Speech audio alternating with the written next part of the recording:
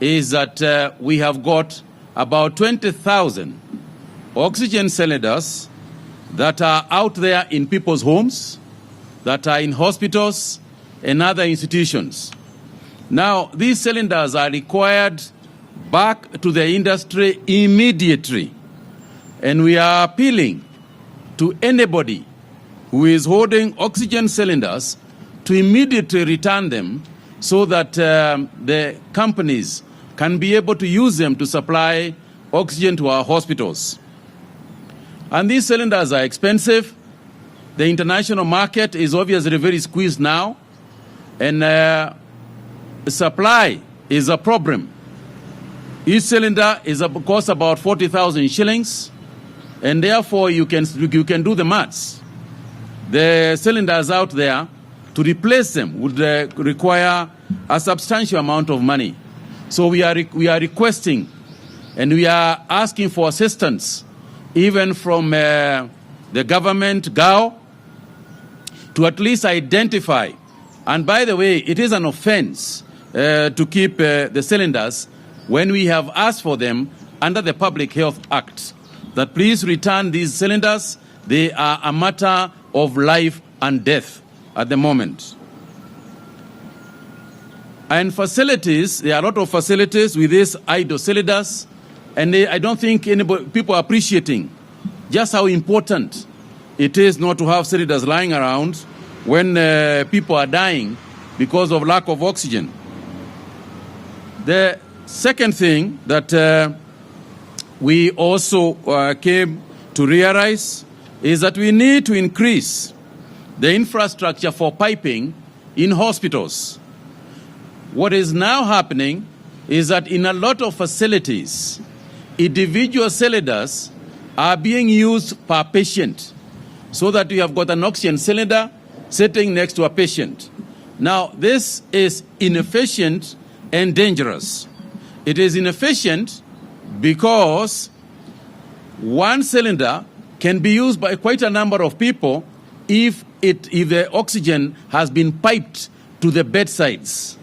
So we are asking our facilities, both county facilities as well as national government facilities, to fast-track the piping of oxygen to bed outlets so that we can be able to use some of those cylinders for industry, and we can also begin to fill some of them. The second thing about the danger is, of course, this is the pressure. Cylinders, they are pressurized, and anything can happen when you have got something like that sitting next to a patient. We are also asking our doctors, the ones handling our hospitals, heading hospitals, to quickly work on repairs of the concentrators. There is about 20,000 of them around also, so that they can be used both for home-based care as well as the hospitals. We have around 70 plants, oxygen plants in Kenya. Most of these plants are in disrepair, and we need them to get working. We need to repair them very urgently, and going forward, there are a couple of things that we have appreciated, realized, that we are going to standardize the kind of oxygen plants that we have in the country. This is because, as we speak, we can't get spare parts for some of the plants that were built a couple of years ago, essentially because they came from sources that are suspect. And if I give an example, the oxygen plant in Kenyatta National Hospital was, for example, supplied by the then Czechoslovakian Republic. The country itself does not even exist. So how can they even begin to repair the Kenyatta National Hospital plant? We need to standardize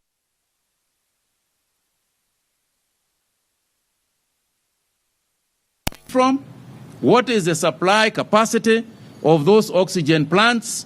So let's not just say we are getting an oxygen plant without real standardization. The Ministry of Health, working with county governments, is going to ensure that this standardization has been spelled out very clearly going forward.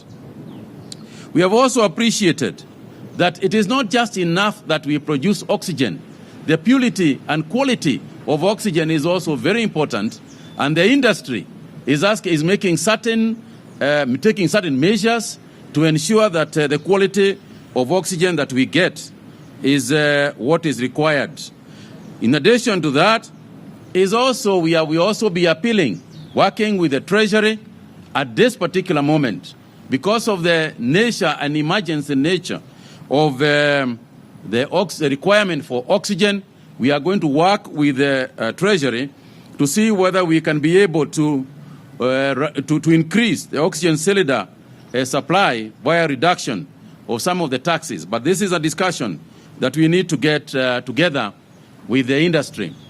We are also, as a ministry, going to work through the PPB to make sure the certification of gas suppliers is fast-tracked, even within keeping in mind the quality, the ability of those suppliers. But nonetheless, PPB has been requested to try and fast-track any certification necessary to gas supply companies so that we can increase our capacity. In addition to standardization of the plants, the ministry is also looking at the possibilities of creating a policy where we are more at home with the lease of plants, of oxygen plants, rather than the purchase of oxygen plants. We have all seen the challenges of maintenance, the requirements in terms of qualification of people who maintain these plants. There are so many issues involved, the process of purity of the oxygen, and therefore we are keener to look at the policy of lease rather than purchase of oxygen plants. So, ladies and gentlemen, I just want to once again thank those of you who are in the industry. I'm going to ask Marion from BOC to give you a little bit more about this issue of oxygen, and also introduce some of the colleagues she has got as representatives of this industry. Marion, please. Thank you, Waziri. And Madam PS, it was a very good meeting today, and we really appreciate being involved in this combined effort that the government is having towards this situation that we are in as a country. It is a crisis. We agree it's a crisis, and we need all the help we can get from patients, from hospitals, and from other decision makers that are holding tanks and are holding decisions around oxygen supply. Before I introduce the industry participants who came here today, I just want to re-emphasize on the 2 points that the Waziri has explained now. If you're holding cylinders at home or in the hospital for non-COVID or non-emergency care, please return them to us. We've lost many cylinders in the last few months. Any cylinder you have in your hands can save somebody's life, and if it is not in use, it is actually being missed out in another hospital. I want to just thank everybody for those who have been very patient with us during this time. We are now supplying oxygen on a day-to-day basis, rationing what we have, so that every hospital can find, and also for the industrial customers who continue to understand that we are focusing on medical cylinders and not industrial, because this is a situation that we all have to come together. We're very keen, Waziri, to work with the ministry going forward to give you the information on what we can do and what additional resources or support systems that we need. And we already appreciate the support that you gave us this morning. So as BOC Gases, I'm here with John Kamau, our healthcare engineer. Thank you, John, very much for especially working very hard to put in piping in the hospitals, which was actually the second big priority, to pipe the hospitals. I'm here with Raj from Gas Africa. And we've got Synergy Jaspal from Synergy Gases on that side. Thank you very much, everybody, and thank you, Waziri, for this opportunity. Okay, thank you very much. Raj, you want to say anything? Yep, thank you very much, the CS, for the audience this morning, and PS and the Ministry for supporting all our gas manufacturers, packers, distributors within Kenya. Obviously, being competitors, we have to take the decision what is right. Life will always come first. It is right that we come together, find the solutions, whether it's PSA plants, erection, installation, commissioning. Gas Africa are here obviously to promote that into the hospitals. John, BOC is obviously fronting that also, as our friends now at Synergy Gas. Just to echo Marion and CS, any cylinders that you're holding in excess or by bedsides or in homes, or you find belonging to any of our companies or any indeed of those manufacturers that couldn't be present today, if they could be bought back or notify those manufacturers, they can be recalled. We're making all efforts to the healthcare industry. We've also sent out circulars to industries to say that we will only be filling medical cylinders in the foreseeable future. We are here to serve the people of Kenya. We appreciate your patience. We are delivering through the night. We are running day shift, night shift, 24/7. We are open to collections. Kindly bear with us. We know your orders have increased 5-6-fold in some cases. We are trying to serve all of our customers. We're not taking on any new customers. We're splitting all the production capacity that we have. So we would like you just to bear with us, as we are also investing in capacity in cylinders, in plants, trying to come to SLAs with other companies to pack for us. We are here to serve you, and we would appreciate your ongoing understanding. And thank you once again to the Ministry, CS and PS, for their audience this morning, and Marion and the team at BOC. Thank you very much. Asante sana. Falgun, you have anything to add? No? Okay. As I said today, this particular session was essentially to brief you on oxygen and to bring to light to Kenyans just how important this particular issue is. What we are talking about, fellow Kenyans, is actually air. It's the same as you are breathing right now. It is exactly the same situation. If somebody is unwell and they do not have gas, this oxygen, it is the same as you holding your nose and not breathing. That's what it means. So if you can appreciate that, you just hold your breath and that's permanent, then you can appreciate why it is so important and why we are here this morning. And I particularly want to appeal to the media in this country, social media. I want to appeal to you, members of the Fourth Estate, to please make this a priority in terms of communication, in terms of appeals to the people who might have these cylinders, to please bring them back. We need them as a matter of urgency, so that we can be able to continue saving lives. Other than that, the rest of the briefing will come through the normal channels at a later time. Thank you all very much. Any questions? I think the only thing to add is the issue of the actual demand in the industry and what has transpired over the last only couple of months. Last year, the total production and requirement for the industry was about 410 tons. That quickly went up around January to about 560 tons. We are now heading for a demand of double what we started at 410 at 880 tons. So where the situation at the moment is such that the industry is completely stretched. And if we go any further than that, then some immediate steps will have to be taken. I also want to take this opportunity to also thank the industry that normally uses the oxygen or supply from the companies that are here today, particularly the horticultural industry, the food industries, that use a lot of, that use supplies from these companies, because some of them have stopped the industrial production so that they can concentrate on health. This is going to inconvenience the industry a lot, but we beg for their understanding. At the moment, the idea is to save lives first, and then we can deal with other things later. Asanteni. Thank you all very, very much indeed. Good afternoon. My name is Mutanu Banadin. I am a reporter with the Daily Nation. I have two questions. One is unrelated, but one is related. You've spoken about piping of oxygen in hospitals. So far, how many hospitals have piped oxygen in the country? And the second question is about a vaccine. I've seen a research which states that women are coping well pregnant women are coping well with the vaccines. So I don't know whether you have received that research. And if you have, is it going to maybe make you to review whatever guidelines you had before on those who are to be vaccinated? Thank you. Okay, thank you.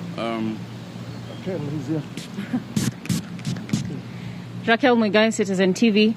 What is the plan by the ministry in terms of vaccines? Will we receive the batch that we had expected in April, given that India had now put a suspension, temporarily hold imports? Secondly, are there any plans to cushion Kenyans against the new measures, the partial lockdown that has now seen other businesses close? And also, what is the status of the variants that are now in the country in terms of also the spread? Yes. Thank you very much. First, Mutahi, on the issue of the number of plants, we have about 75 plants in the country. But as I said, there are some of those that are not operational. So the question is to try and revive those are in operation so that by the end of the day, we have got clarity about exactly how many plants are working. Under the support of the World Bank, there are other 6 plants that we are going to quickly plant across the country in various regions in accordance with the assessment of our donors. In terms of research, the information we have right now from the World Health Organization apparently is that below 18, persons of below 18 and pregnant ladies we are not vaccinating in this country. But of course, we are also following trends elsewhere and information that come from the experts. So if the experts come and say that that is the position, then we will go with that position. Muigai, on the issue of the April arrival, we believe we are still pushing and we are working with India on this particular issue. We have got our diplomatic, we have rolled out our diplomatic assets to ensure that we get the vaccines when we are supposed to. And I think it is important for us to appreciate that it is not a Kenya situation. In this particular instance, is actually an Africa-wide situation. By now, under the COVAX facility, we are supposed to have received 40 million doses for the African continent. Currently, we have just received 12 million doses. So you can see the gap that is there. And our appeal, not just to India, but to other countries, is that we reduce vaccine nationalism so that there is fair and transparent distribution of vaccines. So we are working on this. We are working with the Ministry of Foreign Affairs in Kenya, working with the Indian embassy here in Nairobi to ensure that we get what has been promised. Because on the basis of the promises, we make certain plans. We start vaccinating on that basis. And therefore, we would like to believe that the suppliers are going to live up to the expectations and to their promises. On the issue of the partial lockdowns and what we are going to do, of course, we always meet up. You remember the last time, that is exactly what happened. We meet up as a government, as a non-agency approach or ministry's approach to discuss and find out what is it we can be able to do to ease the very, very expensive.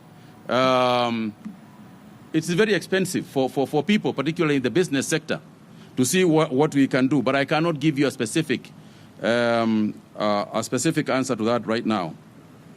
The variants, as I said, and as we reported last week, essentially what we have here is a continuing variant that we had all the way from last year. However, there has been detected some other variants. For example, the British variant, as well as the South African variant towards us, particularly to the south with the border with Tanzania. But so far, the dominant variant that we have is still the same one that we have always had. Thank you very much indeed.